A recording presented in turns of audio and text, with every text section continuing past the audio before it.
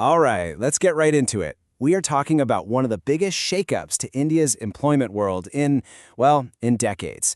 And look, this isn't just some small policy change. It's a complete rewrite of the rules, and it affects millions and millions of workers, from people on factory floors all the way to those in the gig economy. So if you're part of today's workforce, delivering food, driving for an app, maybe working on a contract, you're really going to want to pay close attention. Why? Because for the very first time, the law is officially recognizing you. And with that comes a whole new set of protections and benefits. This change didn't just come out of nowhere. It's the result of years of protests and strikes. Remember that big one on New Year's Eve? Workers were pointing out that their pay was falling, they had no job security, and pretty much zero access to a social safety net. And this quote here from the Workers' Union, it really just perfectly captures that frustration that pushed these reforms forward. Okay, so before we can really appreciate the solution, we have to understand the problem. Why was such a massive change needed in the first place? Well, it goes way deeper than just the recent strikes. We're talking about a legal system that was basically stuck in a time warp. Just picture this. Trying to follow a rulebook written before computers, before smartphones, heck, before most homes even had electricity. For decades, India's labor laws were this tangled mess of 29 different central laws. Many of them were from the 1930s, 40s, and 50s. For businesses, it was an absolute nightmare to follow. And for workers, it just meant huge gaps where they had no protection at all. And this right here really gets to the heart of it. The old laws, they were built for a world of traditional, full-time, 9-to-5 jobs. They had absolutely no answer for the gig economy, for contract work, for all the ways people work today. And what that did was create this giant legal gray area, leaving millions of workers in limbo without clear rights and businesses without clear rules to follow. So, in response to all of this, the government took on a pretty monumental task, cutting through all that complexity to modernize the entire system. And what came out of it is this landmark solution, the 4 new codes. And honestly, the scale of this simplification is what's really amazing. They took those 29 tangled, complex laws and boiled them down into just 4 modern codes. And the goal here is really twofold. First, make life easier for businesses so they can actually comply. And second, and this is so important, to expand that social safety net to cover pretty much every single worker in the country. Yeah, you can really think of these as the 4 new pillars holding up the whole system.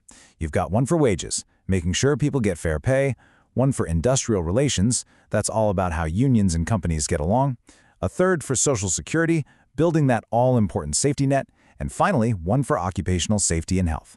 Put them all together, and that's the new foundation for labor law in India. All right, so that's the big picture. But let's get down to what really matters. What does this actually mean for you, the worker? Let's break down some of the biggest changes and new protections you can now expect. And this before and after table, wow, it really lays it all out. A few things just jump right out at me. First, now every worker has to get a mandatory appointment letter. No more informal handshake deals. Second, Social Security is being rolled out to cover everyone. And yes, that includes gig and platform workers. The right to a minimum wage, that's now universal. It's not just for certain industries anymore. Another big one, women are now allowed to work night shifts as long as they consent and there are safety measures in place. And get this, a free annual health checkup for workers over 40. These are some seriously significant upgrades across the board.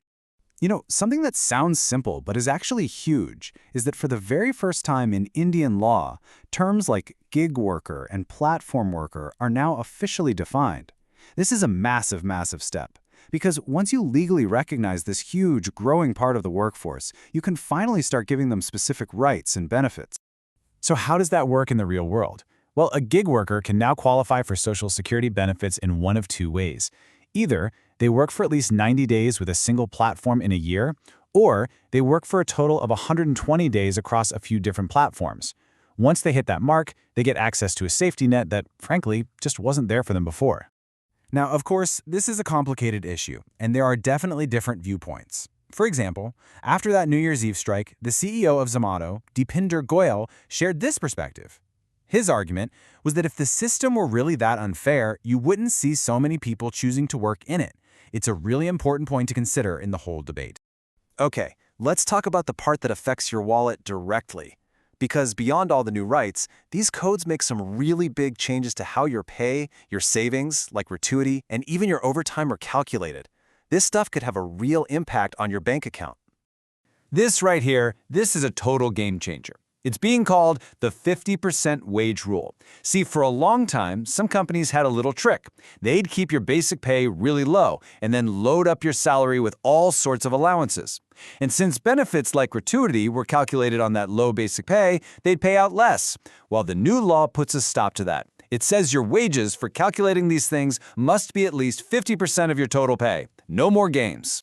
And the difference this makes is just incredible. Look at this example. Under the old system, someone earning 10 lakhs a year might only have 3.5 lakhs counted as their wage for the gratuity calculation. That gives them a payout of about 1.69 lakhs.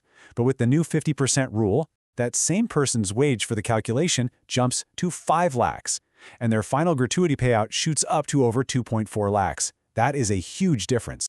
Yeah, that's a 42% increase just from that one rule change. For so many people, this is going to mean a much bigger nest egg when they eventually leave their job. It just goes to show you, changing a simple definition in the law can have very real, very tangible benefits. The new codes also clean up the rules for overtime, making them way more straightforward. It's simple. If you work between 15 and 30 extra minutes, you get paid for a full 30 minutes of overtime. If you work anything over 30 minutes, it gets rounded up to a full hour. It's just a much clearer and fairer way to make sure people get paid for the extra time they put in. Okay, so we've been through all these massive changes. The big question now is, when does all this actually kick in? And what's the ultimate goal here? Let's take a look at the road ahead. So here's the timeline. The central government announced this would all be implemented back in November 2025. Then there's a feedback period, and the target for the full nationwide rollout is April 2026. Now you might be wondering why the wait. Well, it's because labor law in India is what they call a concurrent subject. All that means is that both the central government and each individual state have to get their own rules in place before it can actually take effect everywhere. So when you boil it all down, it really comes down to two huge goals. For businesses, it's about cutting through the red tape, creating a simpler system with just one registration, one license. The idea being that this will encourage more business and investment. And for the workers, all 100 crore of them, the goal is to build a universal social safety net, one that protects everybody, especially those millions in the unorganized and gig economy who, until now, have been left out in the cold.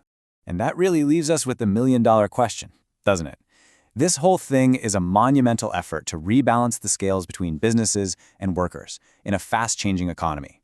The challenge is huge, and in the end, the success of it all will come down to whether they can strike that perfect, delicate balance, making it easier to do business in India, while at the same time making sure the rights and welfare of its massive workforce are not just protected, but actually made stronger for the future.